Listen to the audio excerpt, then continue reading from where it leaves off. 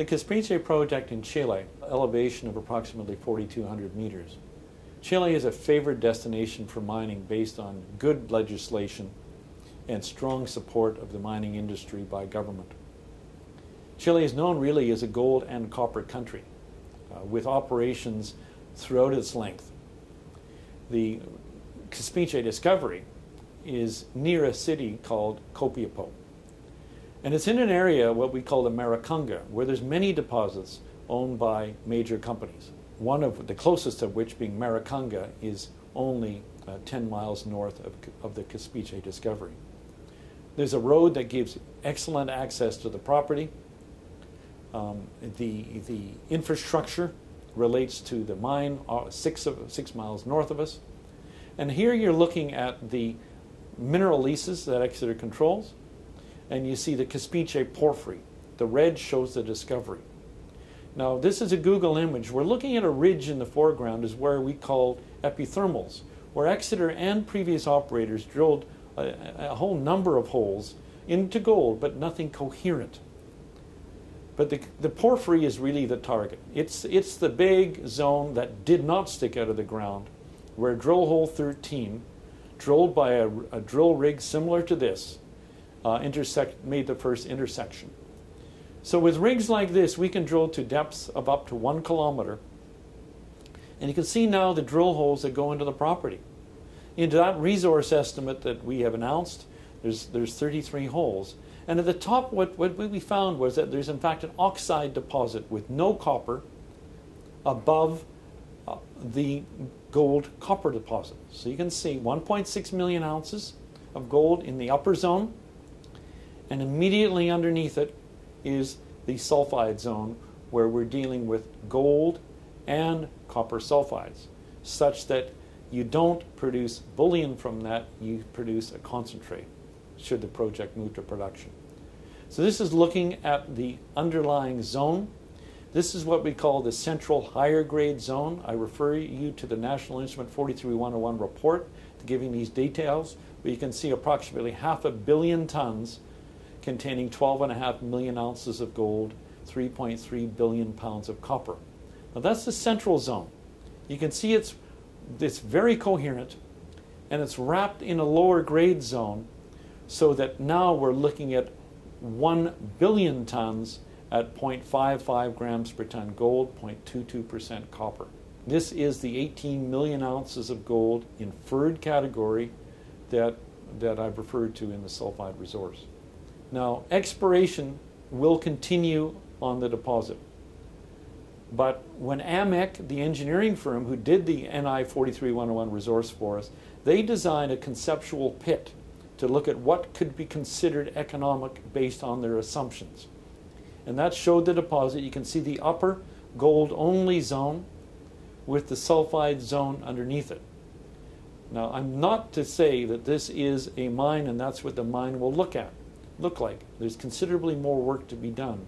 But this is the conceptual resource pit that captures the 19.6 million ounces announced by Exeter.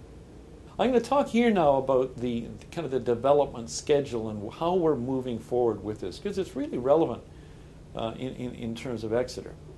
Now, Exeter has said consistently, and I've said it in our materials and in various presentations to investor groups, that Exeter intends to take this project alone 100% as far as we can consistently add value. At a certain point in time, it's more prudent for us to seek an outside investor for the project, or to, in fact, sell the project or sell Exeter. Now, this is a whole other discussion which I'll get to later on, but the potential development costs for projects of this size, if you were to take the total project that Exeter has, the potential development costs could be anywhere between $2 and $4 billion. Exeter looks at our situation and said, well, what is our market capitalization? What is our real capacity to build this project ourselves? And the fact is that it's very clear that we don't have the capacity to do it. So we want to add more value and more value to a point where Exeter can transact on this discovery to bring the maximum value we can to our shareholders. I'll talk about valuation later.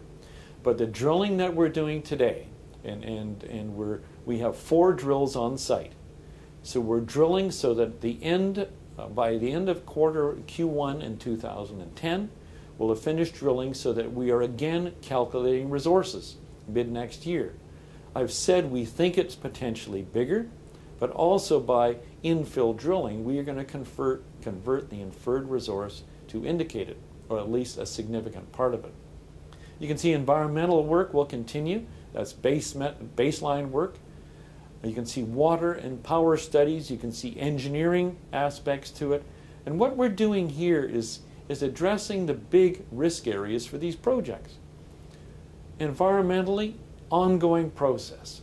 This project must be demonstrated to be consistent with the regulations of Chile, consistent with the expectations of our industry to come up with a sustainable project. Water studies, again, it's a concern. Where does the water come for a project like this from? Where will Exeter get it? Where would anybody derive water supplies in the Andes of Chile? That is an ongoing process. We have engaged consultants to work with Exeter on that. Similarly with power. The power line, where would a power line hook into? How much would it cost? Is there potential for sharing infrastructure with other companies in the area? So you can see what it's all leading to is that by Q4 2010, we'd like to be in a position where we're looking at development options. In other words, would this be an underground mine? Would it be an open pit mine? What are the scopes for the capital costs? What will be the major risk areas going forward? Now, we are of the view that with that work, with the metallurgical work that's ongoing, with the work with the communities that are ongoing, that there's considerable more value to be added by doing that work. I think what's really relevant is on the left, the bottom. You can see Exeter's current street valuation. If you take Exeter's market capitalization, it's less than $20 per ounce for the gold that we have in the ground. Now, as we move and take the risk out of the project, as we move into 2010, move into 2011, where we're then looking at saying, let's now look at a transaction, we expect to get significantly more value for the project, because then you can begin to value the project on its net present value.